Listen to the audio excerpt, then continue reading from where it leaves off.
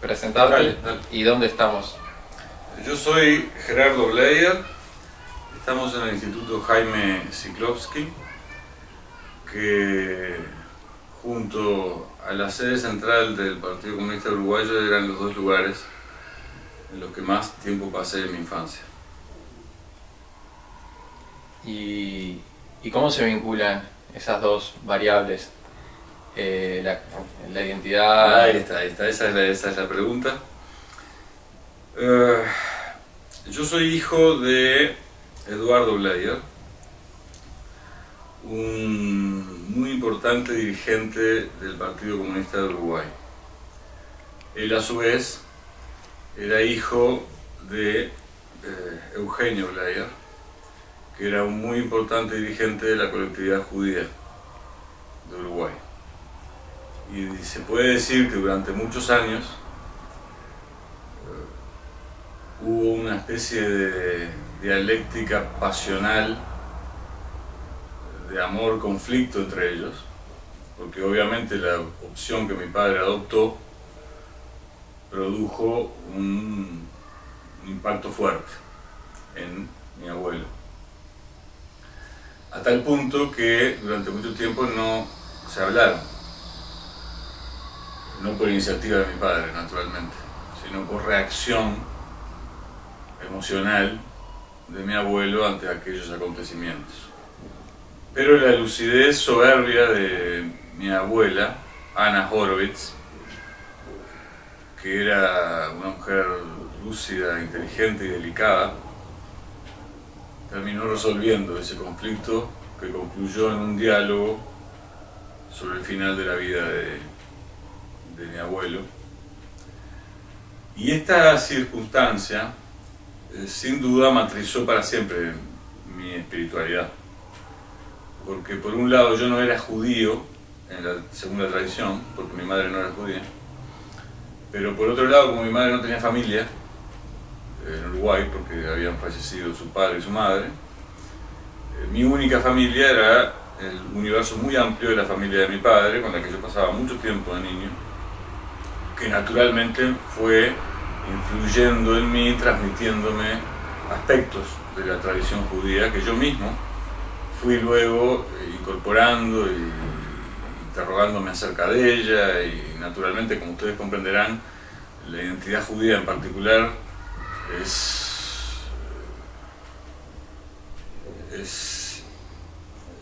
psicosocialmente imposible abstraerse de ella. Por ejemplo, a los 13 años yo era dirigente estudiantil y fui detenido y me gritaban judío de mierda, razón por entre otras cosas, además de comunista. Y como ustedes saben, o quizás sepan, y si no se los comento, mi padre fue particularmente torturado, tanto por su rol en el Partido Comunista del Uruguay como por su ascendencia judía, porque había parte, no toda, pero parte de la composición militar que empujó la dictadura, cívico-militar que empujó la dictadura en Uruguay, tenía una matriz fascista, nazista, antijudía y anticomunista en su ideología. Así que estamos en un lugar en el que, siendo yo bastante niño, quise venir, pese a que mi padre no estaba del todo convencido, porque quise tener una experiencia como judío. Y vine, efectivamente, durante unos años, pocos, porque después la situación de Uruguay se descompuso muy acentuada y rápidamente, y entonces mi familia ya no pudo hacer lo que llamaríamos en cualquier otra época una vida normal. Entonces ya yo mismo ingresé ya casi niño en la actividad política, lo cual sería impensable hoy para casi que ninguna generación, pero no lo era en aquel entonces, porque todo lo que nos rodeaba eran conflictos a nivel estudiantil, en secundaria, en las familias, todo eran conflictos muy radicalizados, pasionales, derivados de aquella circunstancia que terminó con la dictadura uruguaya. Ahí, ¿cómo es que se vivía? Supongo que en varias familias judías, por lo que he visto, ese conflicto intergeneracional a veces entre jóvenes que se involucraban en el Partido Comunista y sus padres que quizás no estaban de acuerdo. Y me llama la atención por qué se daba tanta incorporación de jóvenes judíos o de formación judía en el Partido Comunista. Sí. ¿Por qué? En este momento yo estoy escribiendo un ensayo que procura hacer, ojalá lo logre, no sé si lo voy a lograr, pero procura hacer una teoría marxista de la democracia. Cuando comencé a estudiar todos aquellos aspectos que me pareció necesario estudiar, en particular para hacer la crítica del estalinismo, para entender por qué surgió, cómo pudo tener tanta influencia en el movimiento de izquierda internacional durante tanto tiempo, cuando es una desviación absoluta del pensamiento de Marx, no tiene nada que ver con la sustancia del pensamiento de Marx. Me puse a leer muchos autores, y muchos de los autores que leía judíos. La tradición, que eso también es parte de la razón por la que es un componente entre muchos otros muy complejos, pero un componente de por qué hay un gran antisemitismo en la ultraderecha histórica, mucha de la cual surge de la crisis de la Iglesia Católica romana, que a principios del siglo XX, fines del siglo XIX, terminaba de perder su poder monopólico sobre las almas, y eso generó un estado de situación muy tenso al interior de la Iglesia Católica, y de algunas corrientes en particular, que además alimentaron esa reacción casi irracional frente a los fenómenos que estaban teniendo lugar a partir de la modernización capitalista de Europa, de Occidente, etc. Y por lo tanto de las nuevas ideas que emergían allí.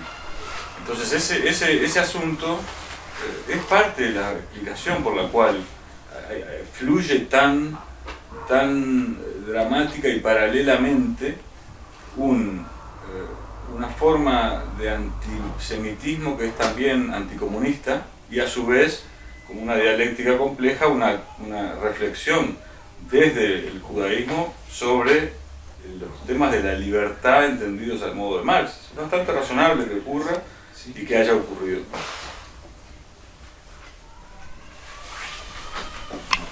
Salud. Hola, Adelante, caballero. no, es que vamos a hacer todo juntos. Capaz, no sé lo que van a hacer.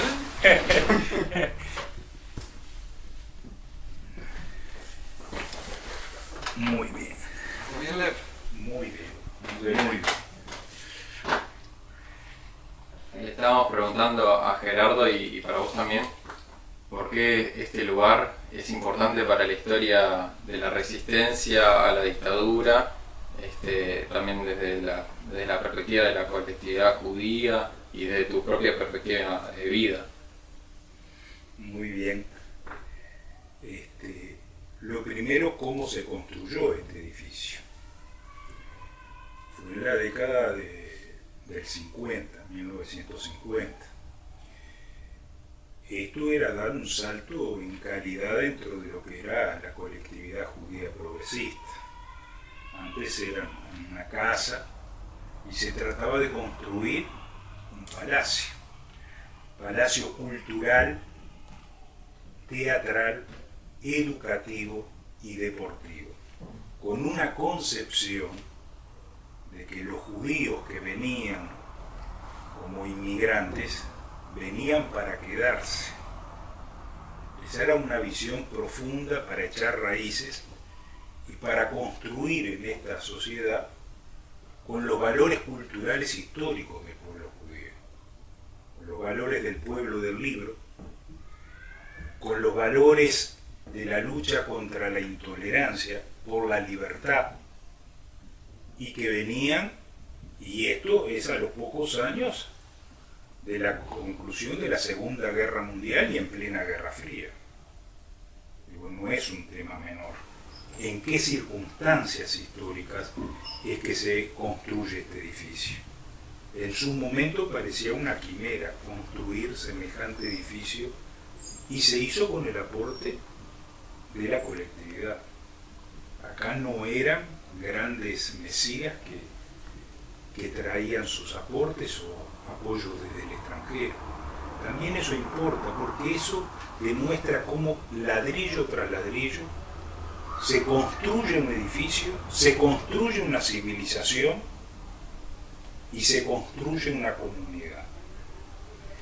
Entonces, que esa comunidad judía progresista echara raíces, viniera de lo que significó el nazismo, lo que significaron los 6 millones de muertos y lo que fue toda la intolerancia en la Europa de la década de los 30. Algo resurge en este siglo XXI, en estos años, de fenómenos que se empezaron a dar en aquel momento del siglo XX.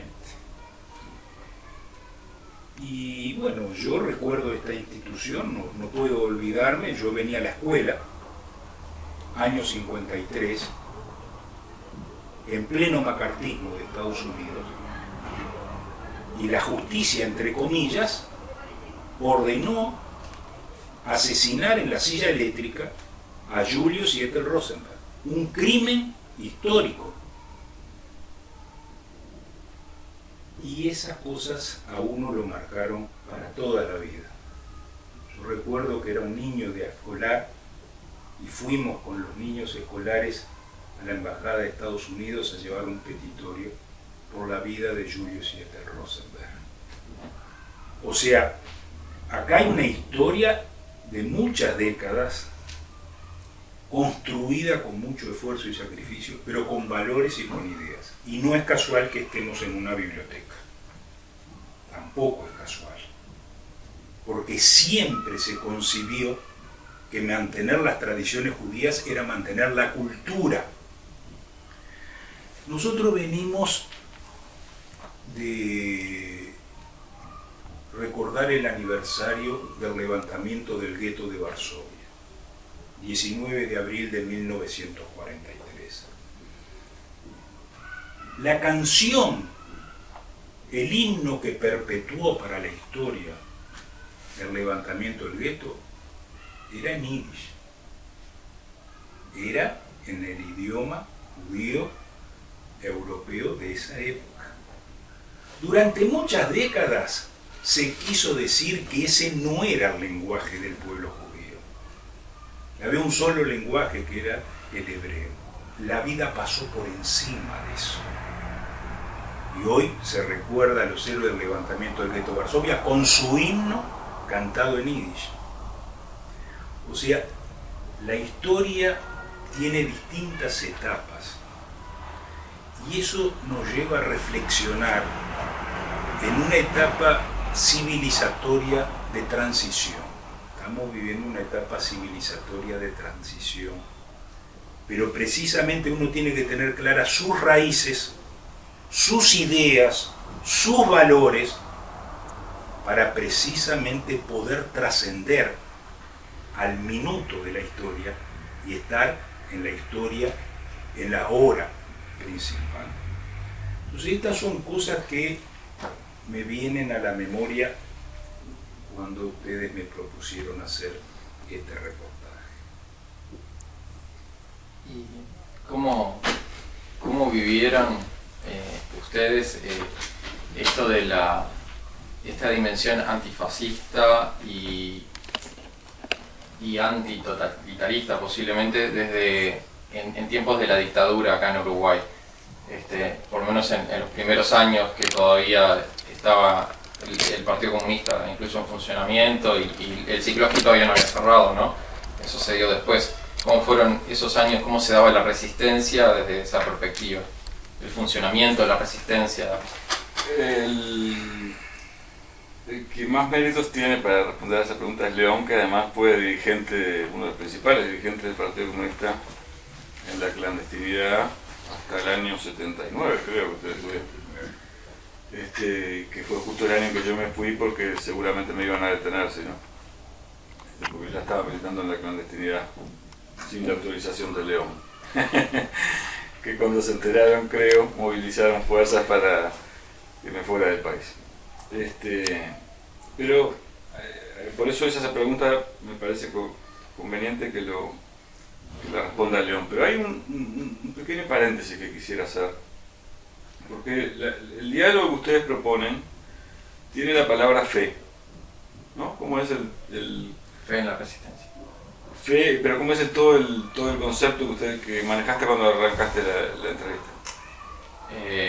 Sí, el rol de la fe, el rol de la fe en la resistencia a la dictadura, y en el concepto más amplio de fe, de lo que signifique fe, y fe en qué, eso como todo está en ese diálogo. Entonces yo lo que quería hacer era, una vez que León responda a esa pregunta, a mí me gustaría tomar ese punto, el de la fe, en la cuestión que naturalmente para quienes fuimos espiritual, cultural o epocalmente formados en valores de la fe, tanto de la fe judía como cultura, más que como religión en mi caso, y de la fe también en la transformación de la sociedad, de la fe en la transformación de la sociedad, aquella dialéctica se juntaba y producía individuos, entre otras cosas, muy valientes, lo cual no estoy juzgando, y sobre eso quiero hablar, si a esa valentía y a esa fe y a ese carácter aguerrido de la presencia, del involucramiento con los dramas humanos, no le hacía también falta un sentido crítico. ¿Y cuál es la dialéctica fe crítica? Que tan importante eso en este momento de la historia de la humanidad. Pero me parece primero... Bueno, fueron 11 años largos, desde el 27 de junio del 73 hasta el 27 de febrero de 1985. Al otro día asumía el presidente democrático electo en esas elecciones. Para el Uruguay fue una grieta muy profunda, de la que uno no puede pasar por alto y no ver cuáles fueron las causas y las consecuencias. Y esto es una cuestión muy importante. La dictadura no vino de repente, y no vino porque había que reprimir a una subversión armada. En el año 72, las fuerzas conjuntas habían comunicado que habían derrotado al movimiento MLN. Por lo tanto, no había una guerrilla funcionando en el Uruguay. El golpe de Estado era para cerrar el Parlamento, cerrar las instituciones democráticas e instaurar un nuevo régimen. Y acá confluyeron dos vertientes. La visión oscurantista, totalitaria, falangista y fascista de Bordaberry, que da el autogolpe, y los mandos militares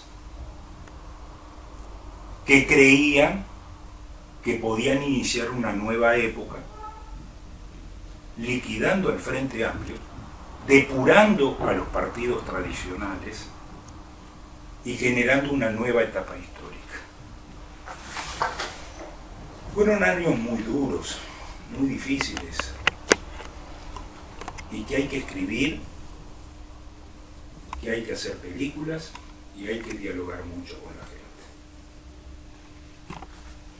Este país tuvo una aplicación de la persecución sistemática contra toda la sociedad, porque se creyeron que un país con 3,5 millones de habitantes se podía perseguir uno por uno los habitantes. Esto es muy importante. Toda la sociedad estaba clasificada en categorías A, B y C. Acá no había nadie que estuviera al margen.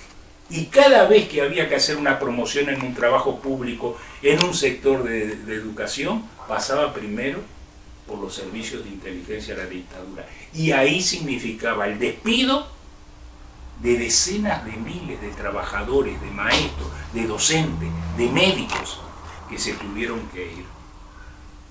O sea, fue una de las dictaduras más totalitarias de América Latina. Y esto con una concepción absurda de creer que se podía cambiar las raíces democráticas, artiguistas, barelianas de la sociedad uruguaya. Y plurales.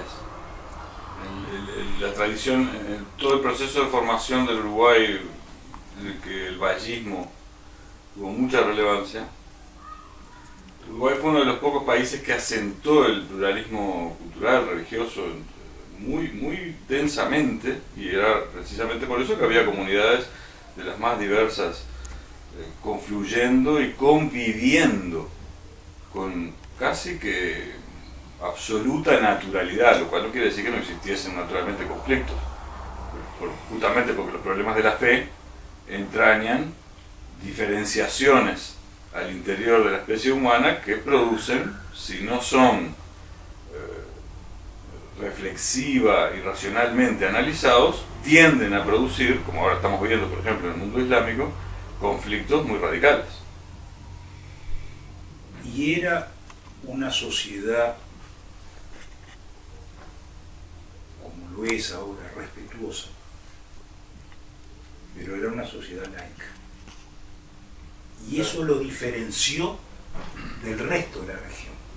Pinochet hizo una dictadura sangrienta con el apoyo de la iglesia. Brasil, más allá que tuvo una iglesia resistente, también. Argentina tenía capellanes en todas las unidades militares. Y eso es muy importante también para rescatar de la memoria histórica del Uruguay. No el laicismo antirreligioso, el laicismo donde todos tenemos los mismos derechos y obligaciones, y que la fe y la religión es un problema personal en la que todos tienen derecho.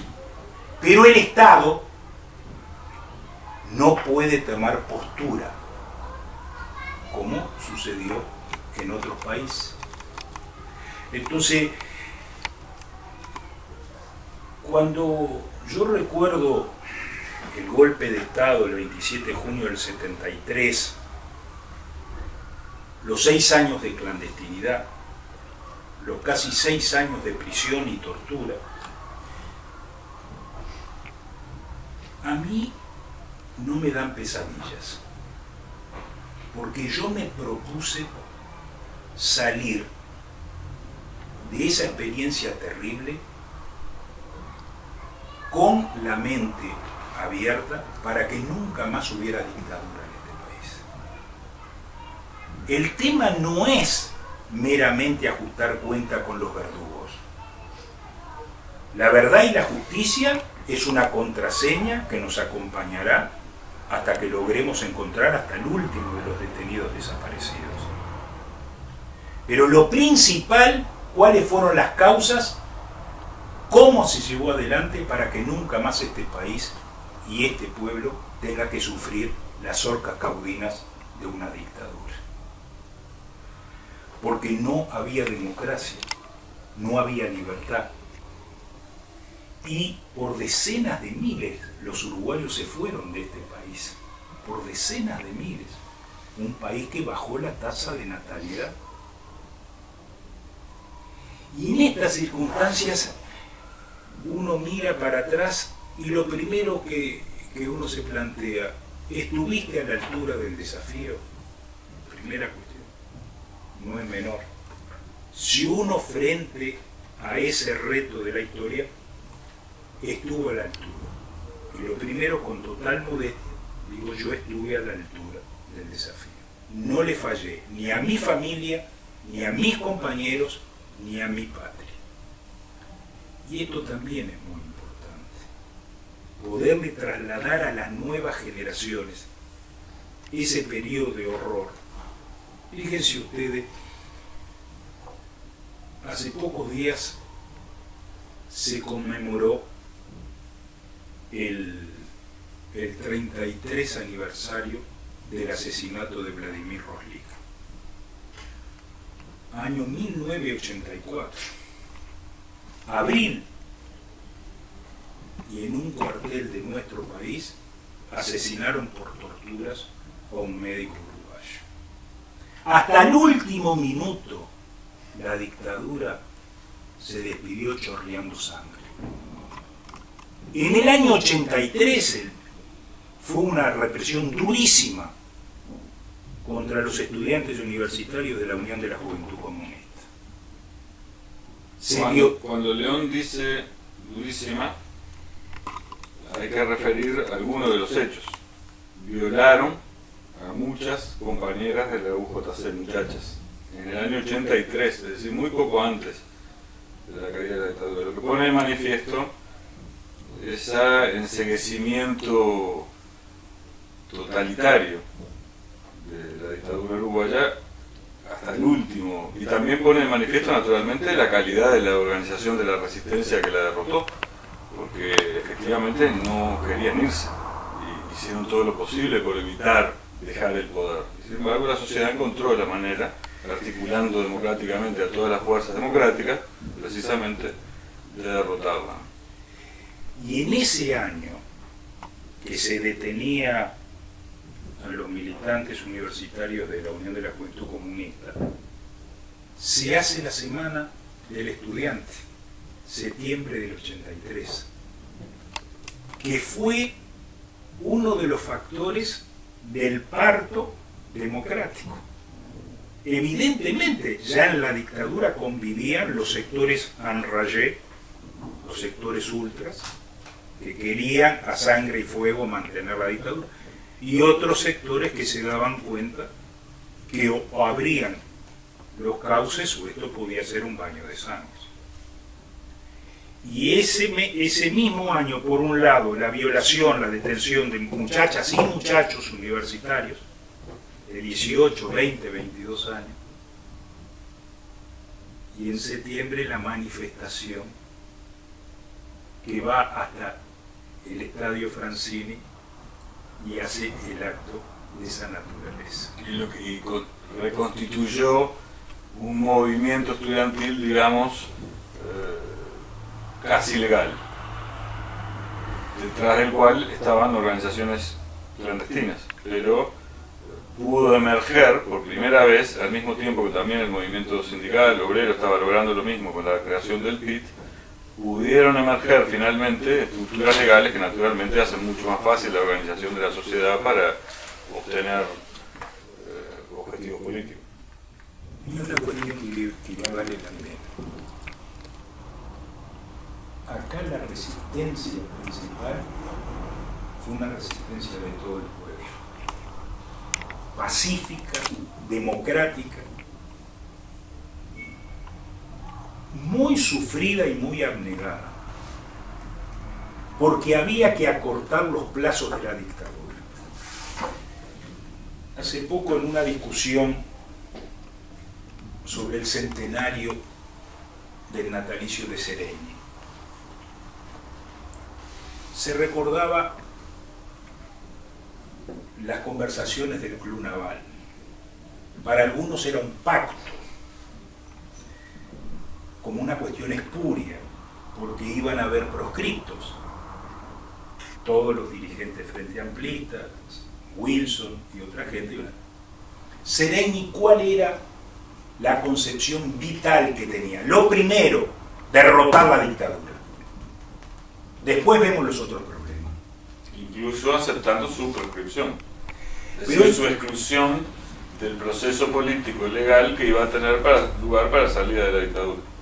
Este gesto de Seregni lo pinta de cuerpo entero. Cuando tenía, hay que decirlo, un enorme prestigio. No se puede señalar que iba a ganar las elecciones, pero tenía un enorme prestigio que lo hubiera hecho salir como un líder político indiscutido para el futuro del país, como finalmente lo fue, pero por este gesto de grandeza, más que por sus ambiciones personales. Seregni, que fue torturado en un cuartel de Minas, que fue duramente torturado, nunca quiso hablar en vida de las torturas que le infligieron. Porque su objetivo y su misión era restablecer los puentes entre los militares y la sociedad civil para que esta herida profunda, esta grieta que la dictadura había generado a sangre, fuego, destrucción, expulsión, no quedara para siempre en la historia de la sociedad uruguaya. Fue su familia, fue su hija, la que a los años habló, prácticamente cuando ya Sereñi se estaba muriendo, de las torturas que le habían infligido en el cuartel de Minas. Y bueno, eso yo creo que fue una epopeya de todo un pueblo.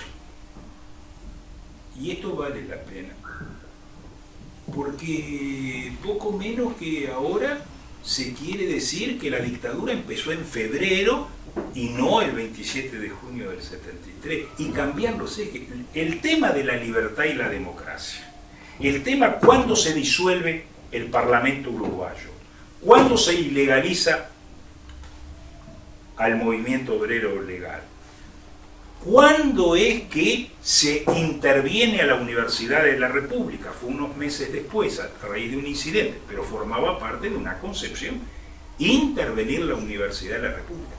En los famosos libros de las fuerzas conjuntas hay todo un capítulo dedicado a la teología de la liberación, a los movimientos religiosos, como de los peores enemigos. No solo eran los frente amplistas, los comunistas, los sindicalistas, aquellos que hacían de la fe una convicción de vida y eran fieles a eso, también eran enemigos de la dictadura. Y yo, que pasé 6 años, yo sé muy bien la solidaridad que recibí en muchas parroquias y en hogares cristianos en las distintas circunstancias que fueron esos años dolorosos. Porque lo que se forja en eso no lo destruye nadie. Porque ahí la temperatura que suelda los metales es altísima e indestructible.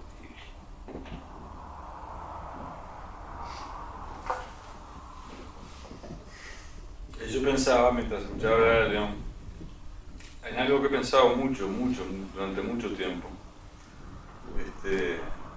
Porque esta torrente humano, espiritual, que fluye por la sangre de León, fluía por la sangre de mi padre y por lo tanto fue para mí una matriz psicoemocional de impacto que me acompañó siempre.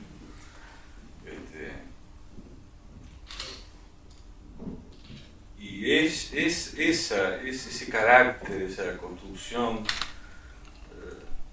¿de dónde surge?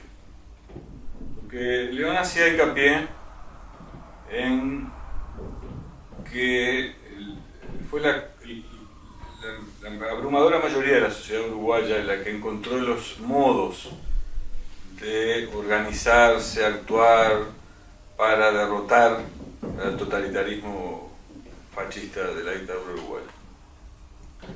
Y tanto fue así que el primer golpe importante fue a través de un plebiscito que la propia dictadura hizo para legitimar una constitución en la que lo que quería era perpetuarse. Y sin embargo, la sociedad uruguaya, en un fenómeno que casi inédito en el mundo, logró imponerse en ese plebiscito, comenzando el proceso que concluiría con. Pero esto en este caso, respecto a lo que quiero señalar, es anecdótico. Lo importante es que en todas esas sociedades, las sociedades que por alguna razón, porque no han podido resolver políticamente graves conflictos de intereses, o por lo que fuere, o por diversas razones históricas que se repiten en la historia, cuando esas sociedades ingresan en procesos en los que el autoritarismo anula posibilidad de los individuos de desenvolverse con libertad, y hasta de pensar con libertad, porque es prácticamente imposible hacerlo cuando las condiciones ambientales no favorecen ese estado de cosas, surgen individuos, emergen de la sociedad de individuos, que actúan como referencia espiritual e intelectual. Las más de las veces y los más trascendentes, los que son capaces de actuar como referencias intelectuales y espirituales al mismo tiempo. ¿De dónde emana la fuerza que esos individuos construyen en sí para poder asumir esos desafíos en los cuales lo primero que hacen es entregar la vida? Es decir, lo único que realmente poseen. Entonces, por eso me parecía importante que la perspectiva que ustedes incorporan de pensar estos problemas también desde la fe. En mi opinión, toda tradición religiosa, en el sentido de la que liga la pequeña vida humana al torrente general de la vida humana, es siempre una aportación positiva a la cultura de la humanidad, siempre y cuando estas propias institucionalidades religiosas o ideológicas, porque el Partido Comunista no era en el sentido tradicional religioso y sin embargo tenía una religiosidad, sean capaces de regenerarse críticamente en relación a los procesos de transformación del hombre que tienen lugar en la humanidad, en la sociedad, en el proceso de la civilización. En caso contrario, vemos emerger fenómenos reactivos, como el propio fascismo, o como el fundamentalismo islámico, que son reacciones temerosas ante la incapacidad de absorber, interiorizar transformaciones, frecuentemente que afectan privilegios, pero a veces ni siquiera eso, a veces simplemente por la incapacidad intelectual, espiritual, de asumir reflexivamente, críticamente, las transformaciones que tienen lugar como resultado de la propia intervención del hombre en la transformación de la naturaleza y de sí mismo, ¿no? Yo quería preguntarles qué ejemplos recuerdan de solidaridad también desde el exterior, de grupos quizás de la comunidad judía o de otras religiones o de otros grupos, que tanto en la denuncia como en la solidaridad, si tienen presente por el caso de tu padre o por el caso de otra gente que estaba presa, de que se generaron acciones de solidaridad desde Israel, desde Estados Unidos o mismo de la colectividad judía acá. Déjame simplemente decirte una cosa, tomando en consideración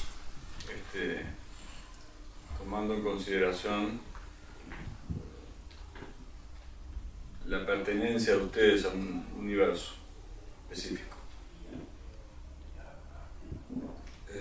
En la familia Bleier, el núcleo pequeño de la familia Bleier, compuesto por, una vez que detuvieron a mi padre, por mi madre, mi hermano mayor, mi hermana menor y yo, que es lo que estábamos en Uruguay en ese momento, no hubiese tenido en el primer instante la fortaleza para estructurarse y comenzar a superar ese drama, si no hubiese sido por la presencia de un pastor, el pastor Castro, y de una pastora que coincidió que era nuestra vecina, Hilda Benz, que es una de las personas que yo lagrimeo cuando recuerdo, porque sus abrazos, cuando nosotros que habíamos quedado casi como inmovilizados ante el impacto de la dificultad de racionalizar, en mi caso yo tenía 14 años, 15 años, mi hermana menos, el impacto del cambio, de una vida serena relativamente, y eso con todos los conflictos que he mencionado, pero con una vida normal. Esos abrazos de Hilda Wenzel, su inquietud, su preocupación, ayudó a escapar a mi hermano por el balcón de su, si no lo hubieran detenido también. Es decir, de suerte que quería dejar matrizado ese testimonio, puesto que para nosotros, en ese momento, después pasaron muchas cosas, pero en ese momento y en los primeros momentos, fue un factor absolutamente decisivo en nuestra capacidad de construirnos, reconstruirnos espiritualmente para luego hacer frente a ese drama. La solidaridad con Uruguay fue muy grande y yo diría sobredimensionada con respecto a la dimensión de nuestro país. Pero también fue fruto de cómo fue la resistencia. Acá no fue una resistencia de grupos armados, de sectores izquierdistas, sino que fue la resistencia de un conjunto de la sociedad que se dieron instrumentos para aparecer ante el mundo reflejando esa amplitud democrática.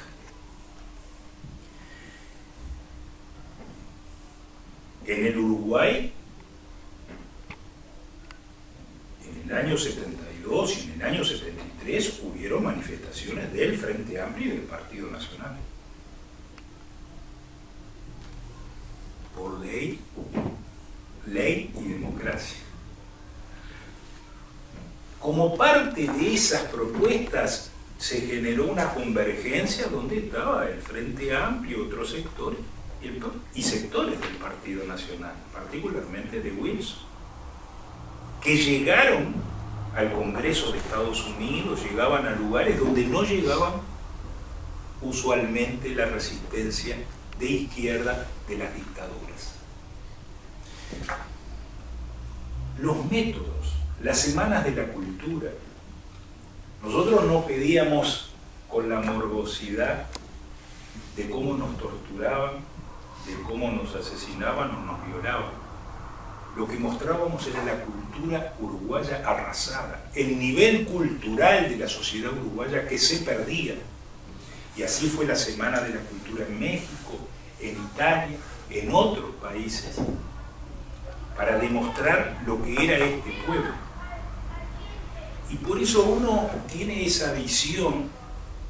También, acá no hay que olvidar, por ejemplo, que acá hubieron sectores también dentro de la colectividad que acompañaron la dictadura y que estaban dispuestos a cerrar esta institución y entregársela a secundaria y eliminar la institución. También ese es un hecho que algún día va a haber que escribir, investigar quién fue quién en esas circunstancias. Las circunstancias políticas de América del Sur durante el agravamiento más profundo de la Guerra Fría, que fue la caída de las dictaduras, fue un proceso políticamente muy complejo, que esencialmente, esto es muy importante entenderlo, porque de lo contrario podemos quedarnos en enunciados morales válidos, pero que no terminan de poner todas las fichas para poder armar el rompecabezas. América del Sur, casi todos los países de América del Sur, en la década del 60, venían de varios años, algunas de décadas, de crisis económicas importantes, porque no habían podido generar procesos de desarrollo capitalista más o menos dinámicos, como si había ocurrido en otros espacios geopolíticos, por ejemplo Europa, después de la guerra. Entonces eso produjo una radicalización muy fuerte del conflicto de clases. Y sobre todo produjo la consolidación de la influencia de los grupos de privilegio muy vinculados a lo que era rentable en aquellos momentos todavía de la América del Sur, que era la producción agropecuaria extensiva, toda América del Sur, de algunos granos o de minerales. Eso provocó que tuviera mucha influencia en ese momento de América del Sur, lo que en el lenguaje político de los 60 se llamaba como la oligarquía, porque era una oligarquía, acostumbrada a mandar, a dominar absolutamente todos los factores de la economía y acostumbrada a mandar porque influía en las instituciones más influyentes a su vez en la formación de la opinión de la sociedad. Todavía no en los grandes medios de comunicación, cosa que haría después en algunos países. Entonces, eso provocó fracturas de clases que cruzaron todas las estructuras y comunidades, las comunidades religiosas, las comunidades de interés, las comunidades políticas. Por eso todos los partidos asumieron, salvo la izquierda, en el caso uruguayo, pero incluso la izquierda, que tuvo diferentes formas de encarar el problema, unas mediante praxis política y apoyo de las masas, otras mediante acciones de tipo militarista. Quiere decir que ese escenario fracturó todas las instituciones. Todas las instituciones. La Iglesia Católica, que es una institución en América del Sur muy sabia en el manejo de sus conflictos internos, había aprendido durante 1000 años, también se fractura. Y surge de allí la teología de la liberación y surge de allí reacciones de algunos sectores de la Iglesia Católica que terminaron bendiciendo regímenes fascistas terriblemente represivos. Entonces, ese fenómeno hay que estudiarlo para entender por qué, no para justificar acciones humanas particulares, como por ejemplo quien intenta cerrar una institución de estas características, o quien avala o no hace nada para evitarse hacer una institución de estas características que había tanto, pero contribuye a comprender cuáles son las razones por las cuales el nivel de radicalidad del conflicto de clases y de los conflictos de identidad había asumido un nivel en el que era imposible administrarlo políticamente y daba como resultado todos estos fenómenos, ¿no? Dramáticos, y que marcaron para siempre a muchas generaciones. La solidaridad con el pueblo uruguayo fue muy amplia, multifacética, y yo diría que desde el punto de vista de nuestra condición de judíos no hubo una solidaridad especial, no hubo. Esa es la realidad. Porque también importa analizar las cosas cuando suceden. Los hechos, nosotros hablábamos de los hechos terribles ya en las postrimerías de la dictadura, pero en mayo del 76, cuando se comienza a gestar una crisis interna dentro de los mandos militares, se forman comandos y cruzan el río de la Plata para asesinar a uruguayos. Así fue el asesinato de Selmar Michelini, el Toba Gutiérrez Ruiz, el matrimonio Huitelo Barredo y el asesinato y desaparición del doctor Manuel Riverol. Y se mandaron comandos de la OCOA a Europa también para asesinar a dirigentes políticos uruguayos proscriptos por la dictadura.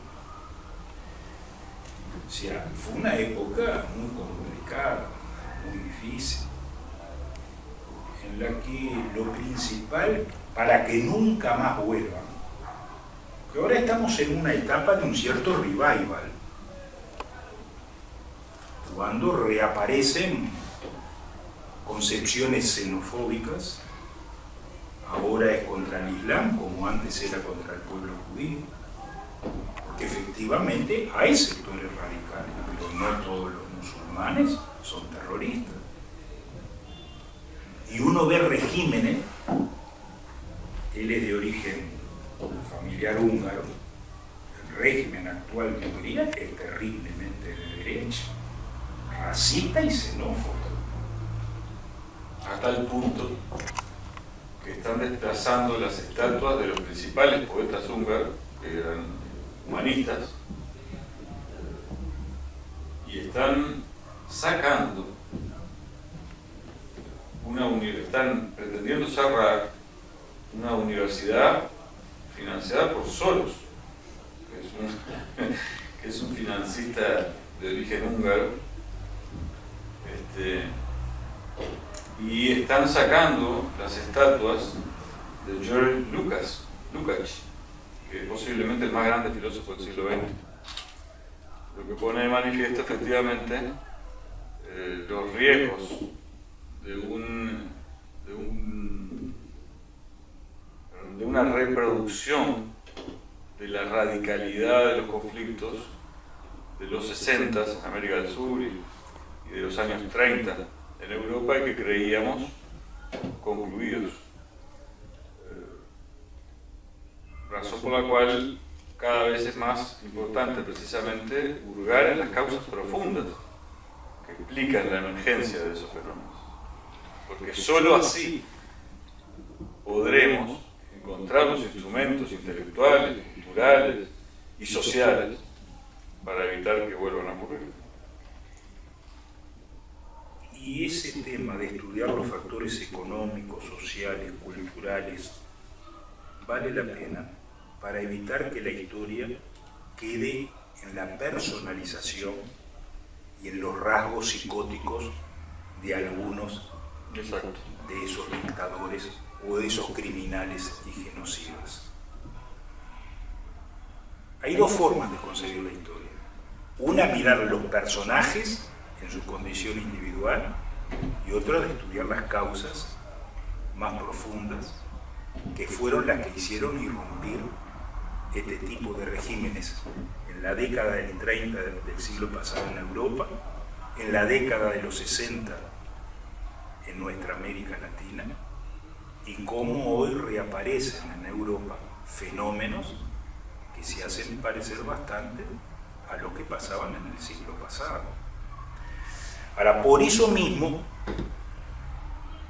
cuando estamos en una sociedad hiperconectada, pero no comunicada, son dos cosas distintas. Una cosa es conectarse y otra cosa es comunicarse. Nosotros tenemos que apostar a una educación que lleve a la reflexión de las nuevas generaciones, no meramente al shock. Yo tuve 3 años presidiendo la institución reguladora de los medios de comunicación, cuyo único objetivo es controlar el espectro radioeléctrico de las radios y la televisión. Pero el objetivo no es controlar contenidos. Pero nosotros tenemos un problema. Hoy los hechos cotidianos choquean a la gente y viven permanentemente agitándola por hechos morbosos, cuyo objetivo no es levantar la conciencia y forjar un sentimiento solidario y colectivo, sino meterles miedo. Y la sociedad del miedo tiene respuestas irracionales.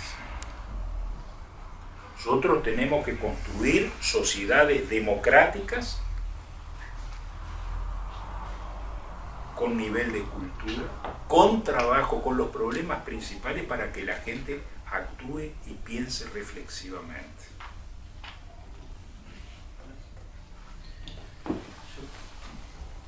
No sé si para terminar quieren hacer alguna reflexión más. Yo por mi parte. Sobre la dictadura. Sobre la dictadura y sobre este eje que lo han ido reflexionando, en verdad, durante todo lo que han dicho, sobre el eje de la resistencia. Creo que ya han dicho un montón de cosas interesantes. No, pero sí, capaz hay algo más que les quede. Importa. Algo más que quieran recalcar. Porque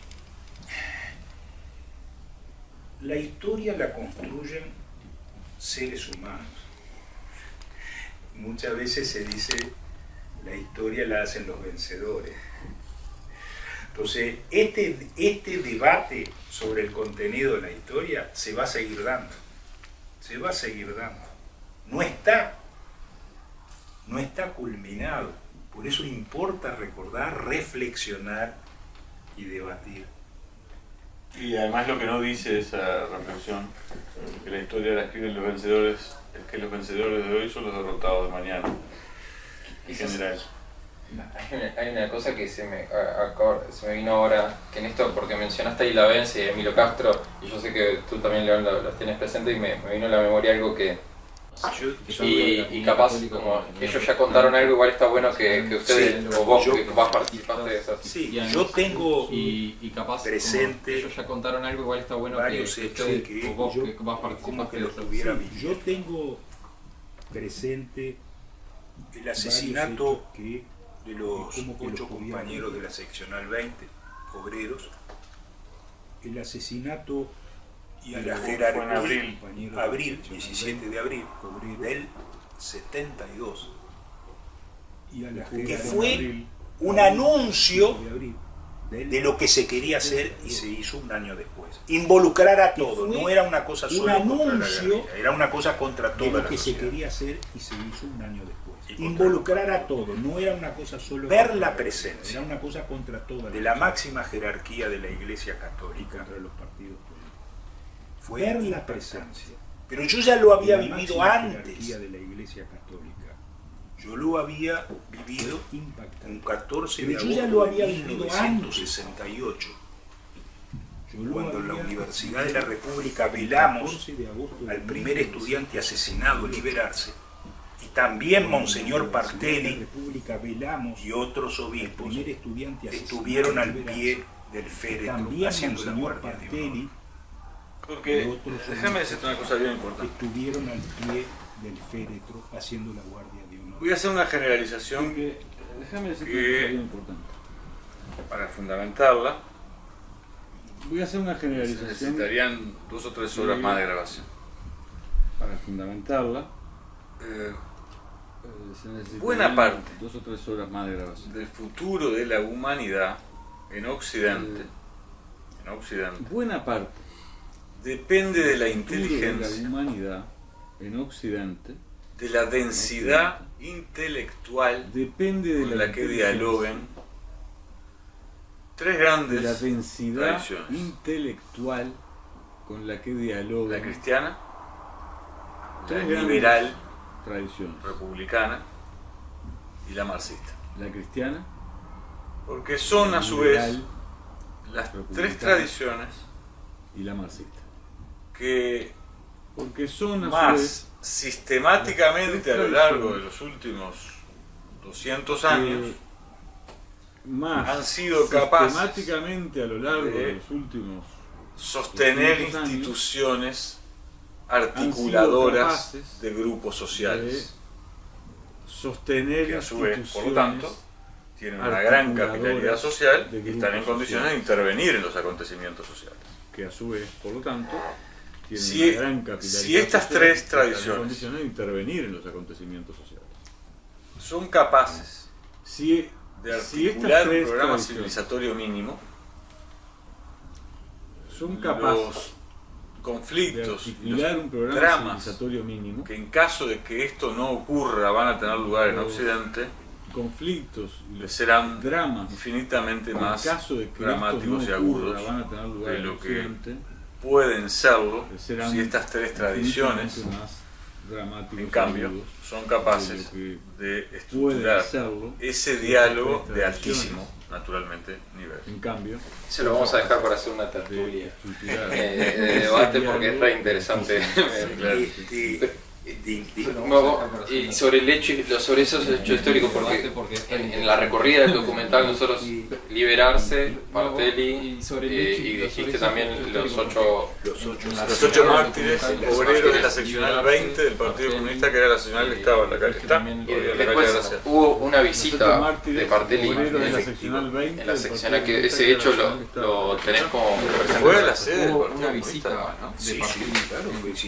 Ahí está, hay una foto. Claro, algo increíble. El Lo que pone de manifiesto lo que era la cultura democrática del Uruguay. Hay una foto. Era muy fuerte la cultura democrática. La cultura del Sí, laicismo. quiero agregar Lo otro que era la cultura democrática. que vale cuando estamos Era muy recordando. fuerte la cultura democrática. La El cultura del 27 de laicismo. junio no solo fue el día del golpe de Estado, que vale cuando estamos fue el recordando. día que muere Paco Espina, El 27 de junio no uno de solo los fue el máximos día del golpe de escritores y Estado, cuentistas de la literatura fue el uruguaya. día que muere Paco Espina, Y él fue velado uno de los máximos escritores y cuentistas de también la en el literatura Partido Comunista, uruguaya. Y él fue velado porque también era una expresión de la cultura. Él venía de filas blancas, de tradiciones religiosas, porque también con era una esa expresión de la capacidad cultura. Él venía de filas blancas, de transmitir de tradiciones ideas y valores. religiosas, Él tenía un Con programa esa cultural en capacidad Canal 5.